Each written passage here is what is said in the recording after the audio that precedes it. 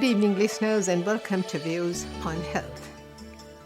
A great pleasure to have with me back on the program Dr. Chathurika Beligaswatta, consultant nephrologist of the Base Hospital in Homagama, the Infectious Diseases Hospital, and the Colombo East Base Hospital.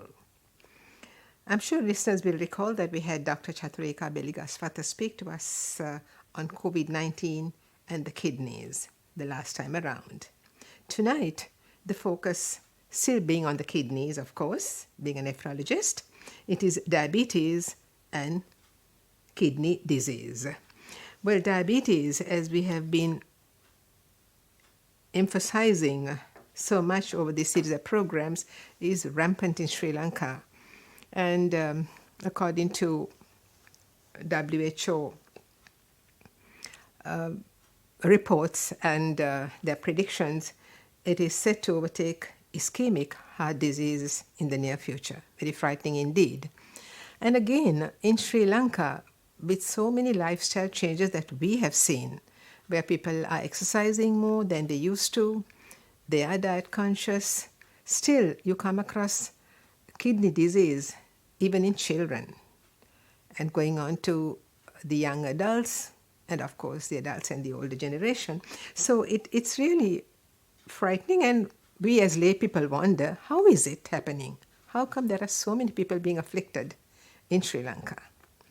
So doctor, without much more by way of comments or views from me as a lay person, can I ask you, how common is diabetes, kidney disease in Sri Lanka?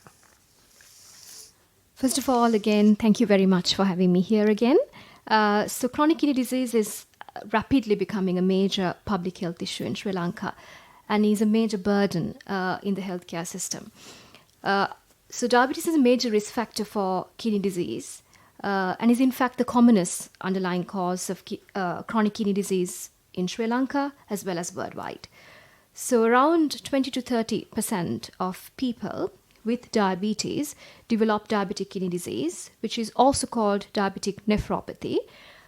But all of these patients will not progress to the last or the latter stages of kidney failure. So they might have diabetic kidney disease, which is called diabetic nephropathy, but only few of them will go into or will progress to the later stages of kidney disease. So risk is greater if you have long-standing, very poorly controlled diabetes.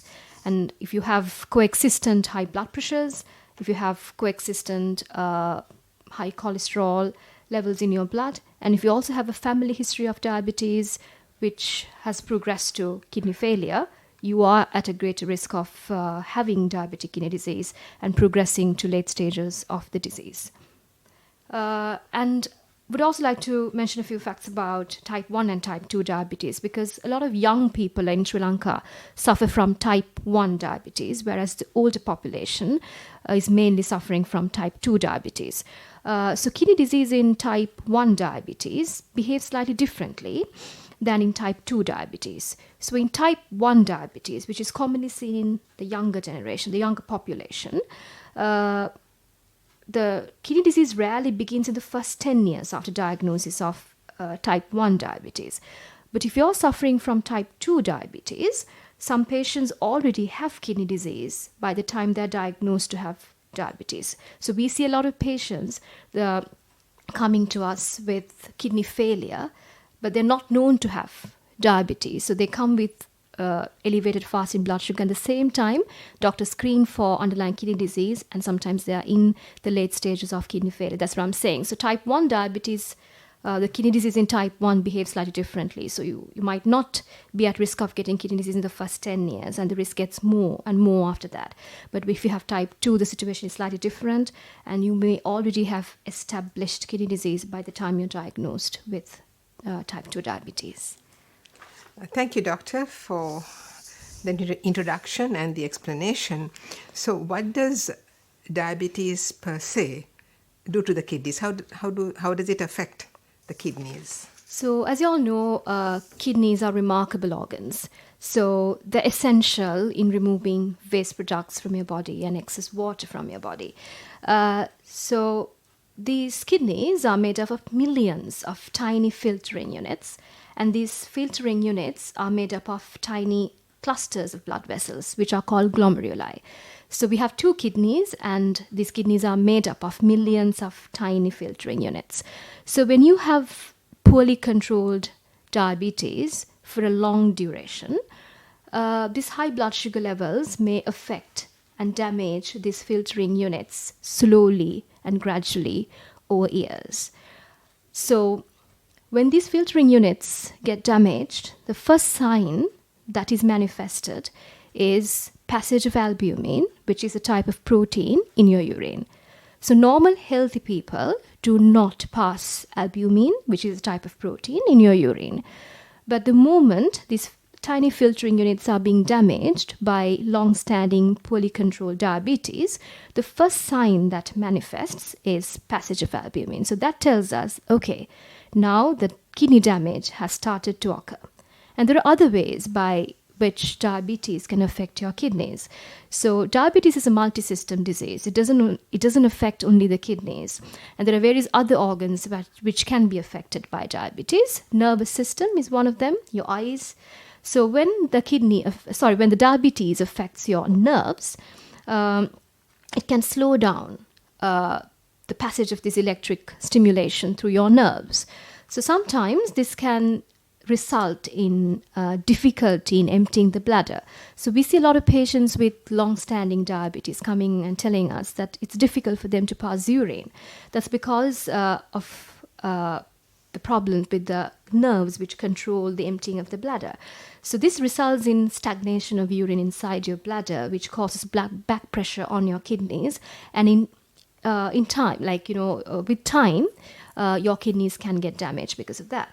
And also, when you have urine remaining in your bladder for a long time, this urine can get infected. So you are likely to get frequent urinary tract infections.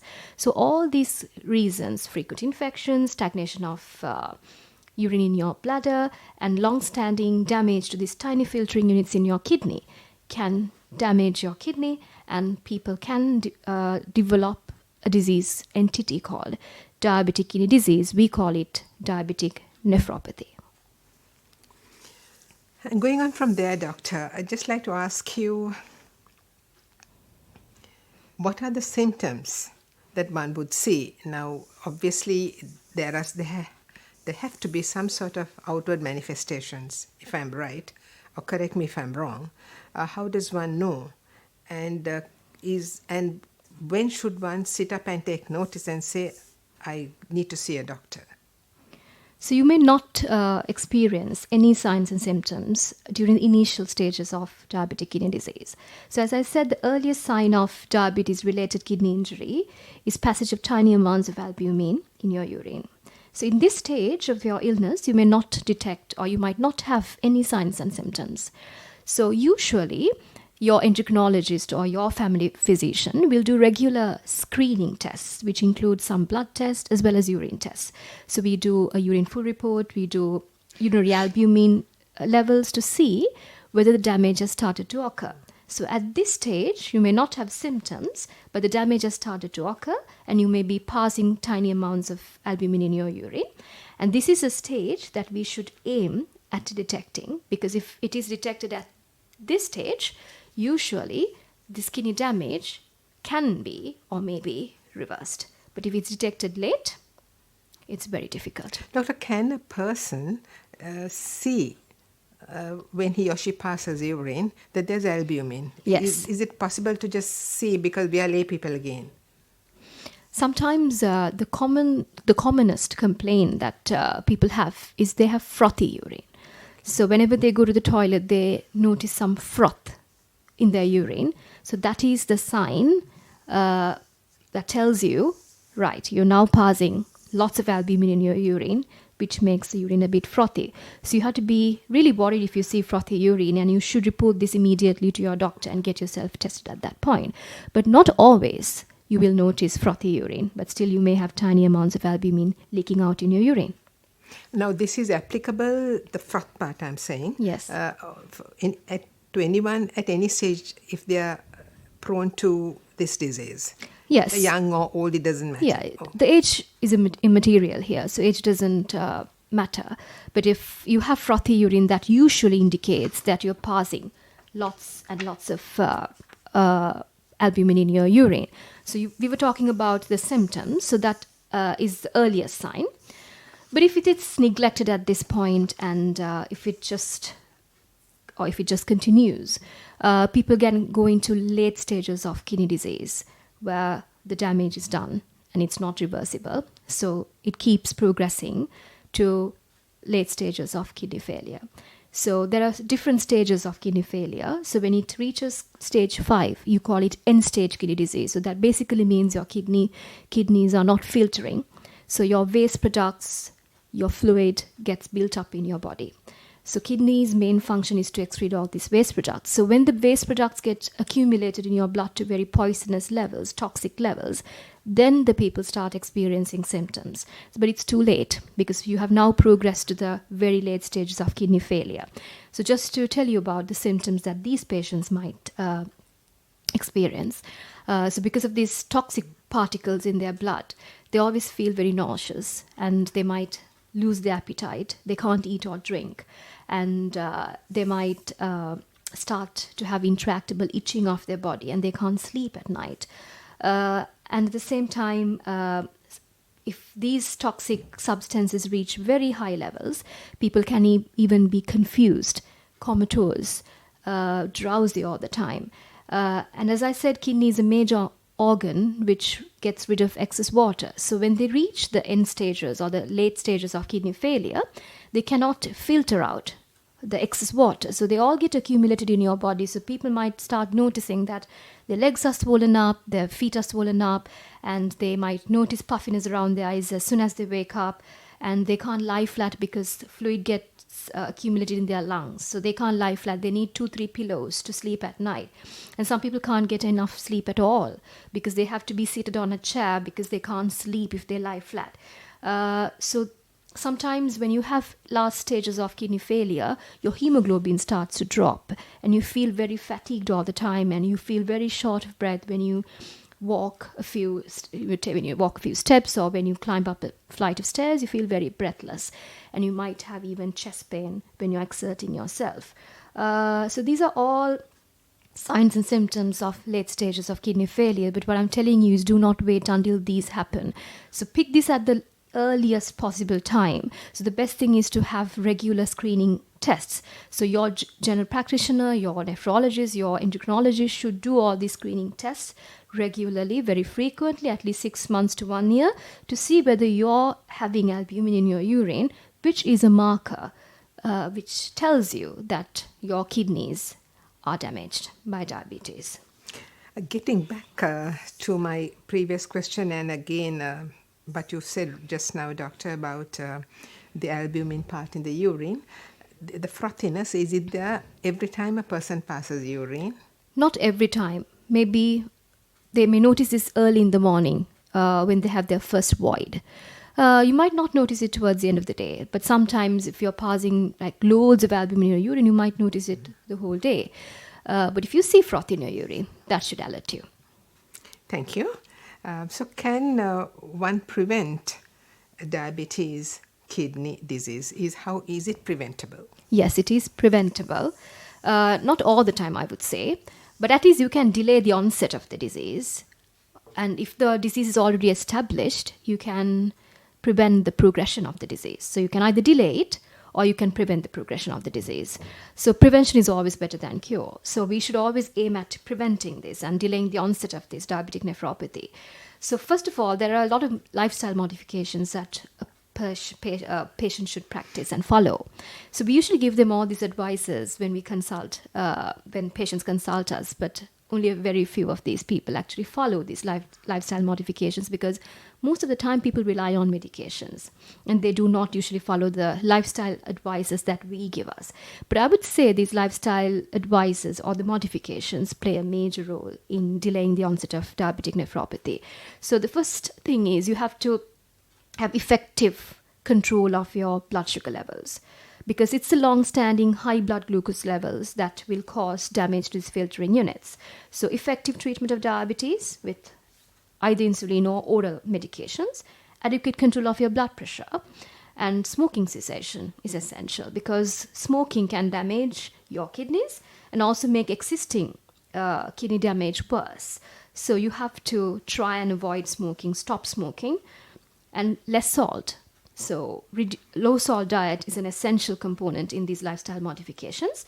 And you have to avoid over-the-counter medications, especially non-prescription pain relievers. So a lot of people take over-the-counter diclofenac for their pains, ibuprofen. So all these medications, they come under a broad group of medications called NSAIDs, non-steroidal anti-inflammatory drugs, which can have harmful effects on the kidney. So it's important that you avoid all these over-the-counter medications and maintaining a healthy weight. That's really, really important. And you have to keep yourself physically active. So the current recommendation is to have physical activity for at least 150 minutes a week. So you do exercises 30 minutes a day for 5 days. You can take two days off. But rest of the days you have to at least be physically active for 30 minutes. That's really important. So those are the lifestyle modifications that we can do to prevent. And of course there are certain medications which help to prevent the progression of the disease. So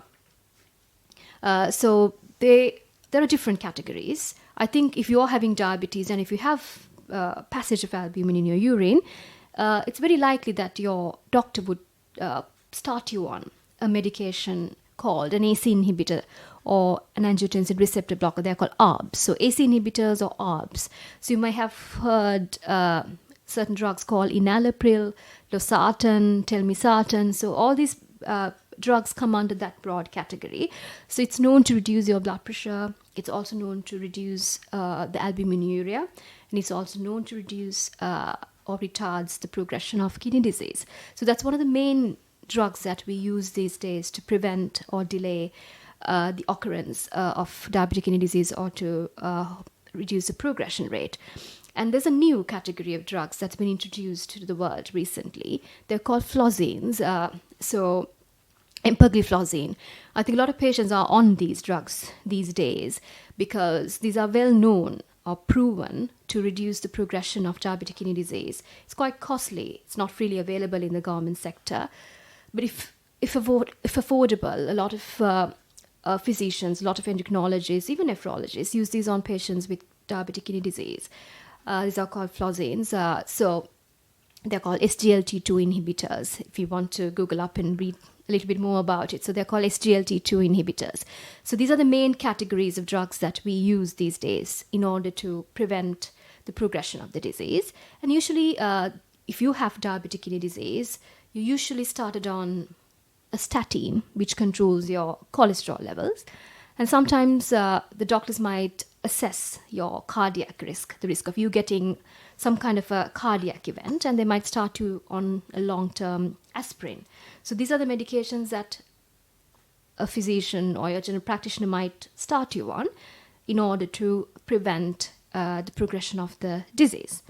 But that's in early stages, as I said. So sometimes this is irreversible, it's diagnosed very late, or sometimes even with treatment, there are patients who gradually progress to the latter stages of the disease. So if you reach the late stages of the disease, as I said before, there are many stages. So when you reach the stage 5, or we call it the end stage kidney disease, you are in a situation where you will need some kidney support by means of either dialysis or transplant. So a lot of people undergo dialysis these days because there's a scarcity of live organs, live donors. So there are 2 forms of dialysis I would like to just introduce you. Hemodialysis, where patient's blood is going through an artificial kidney machine, and it's purified inside this machine and is returned back to the patient. That is called hemodialysis. So when patients reach this stage of kidney disease, end stage, they have to undergo this treatment at least 2 to 3 times a week to sustain their lives. Otherwise, they cannot get rid of these waste products or the water, so the lifespan is going to be reduced.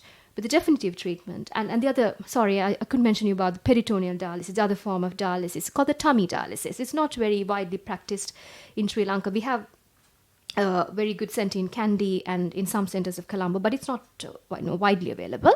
So it's a form of tummy dialysis where there's a tube connected to your tummy cavity, and fluid goes into your cavity, stays there for a while, few hours, and the fluid is drained out from your tummy, and the tummy membrane, you call the peritoneal membrane, does the function of the dialysis machine. So that's peritoneal dialysis. So the definitive treatment is anyway not dialysis, it is transplant. So you can either have a kidney from a live donor, or you can have a kidney from a deceased donor or a dead donor. So that's called a cadaveric transplant. So a lot of these transplant programs are going on in the country. So if you have a live donor, you can proceed with the live donor transplant. But if you don't have a live donor option, then you'll be registered in a cadaveric program where you can get a kidney from a deceased or a dead donor. So these are the options you have. But there are certain instances in which patients refuse to have any of this treatment. They say, I don't want a dialysis, I don't want a transplant, let me die. So there are instances in which people say, suffering is enough, I just want to be on maximum medical management. So we go for conservative management in such patients. But if you don't have a dialysis or if you don't have a transplant, your lifespan is very limited. So you might not live for more than a few weeks. So those are the treatment options that are available for patients with various stages of diabetic kidney disease. Thank you so much, Doctor. But just sort of don't want to touch or rather strike a discordant note, but where they are registered that wait for a transplant, there is quite a long waiting list, especially if they cannot afford to find the donor. In such situations, you still have to manage them till such time they undergo the transplant. Yes, of course. So if they don't have a live donor, so in that case we register them in the cadaveric program. So they're listed and they have to wait till a suitable donor kidney is offered to them. But until such time, we offer them regular dialysis, either hemodialysis or peritoneal dialysis. But even hemodialysis, we don't have enough resources to provide regular dialysis for each and every patient in Sri Lanka. That's quite pathetic. This is not what we experience in developed countries. So in developed countries, every patient is offered regular dialysis. That's 3 times a week dialysis. But in Sri Lanka, the situation is not the same. So we have very minimal resources. So we just have to provide them maybe once a week dialysis just to sustain their life. So we are not optimally dialyzing them, but just to sustain their life, just offer them once a week dialysis, which is not actually good, or which is not the optimal thing we should do. But we somehow maintain them on some form of a dialysis until they get a live donor or until they get a deceased donor from this program. So that's what we usually do for these patients. Doctor, just a clarification. Obviously, the government provides a free service. So if it is dialysis in a government center where it's given for free, then of course you have to wait your turn. There may be quite a waiting list of patients to take their turn. But if they're able to pay, then the private sector has the facility to give them the dialysis, provide the service as frequently as they might need. Am I right there? Yes. So a lot of patients, as I said before, are not given 3 times a week dialysis, which they actually require. So what people do is they go to the private sector to get the other 2 treatments. So we just give 1 or 2 dialysis treatments a week. That's the best we could do. And then they get the other treatment from the private sector, which they have to pay. So I think the situation is still the same in Sri Lanka. So things have not changed much. So people have to seek help from the private sector, pay for their treatment sometimes. But I think the government is doing their best because it's such a burden on the healthcare system, this increasing trend of chronic kidney disease. So it's such a huge burden. I think government is doing its best, but there are instances in which we cannot cope. Absolutely, because at the end of the day, it's a free service provided across the country and for all type of ailments. So their financial resources are stretched beyond. So I quite understandable, and in situation that they can do that much and no more. And finally, Doctor, time is catching up with us. So what is your take-home message? Right. So I would like to tell all the patients out there with diabetes to watch for early signs of diabetic kidney disease or diabetic nephropathy. So get yourself frequently checked, screened by your doctor, and go and see a nephrologist if you have evidence of diabetic kidney disease or diabetic nephropathy. So that's what you could do to prevent progressing into the late stages of kidney disease. And on that note of advice, we end yet another interesting discussion, and this time on diabetes and kidney disease. Thank you so much to Dr. Chathurika Beligaswatta, consultant nephrologist, attached to the base hospital in Homagama, the Infectious Diseases Hospital, and the Colombo East Base Hospital, all three of which are designated COVID treatment centers.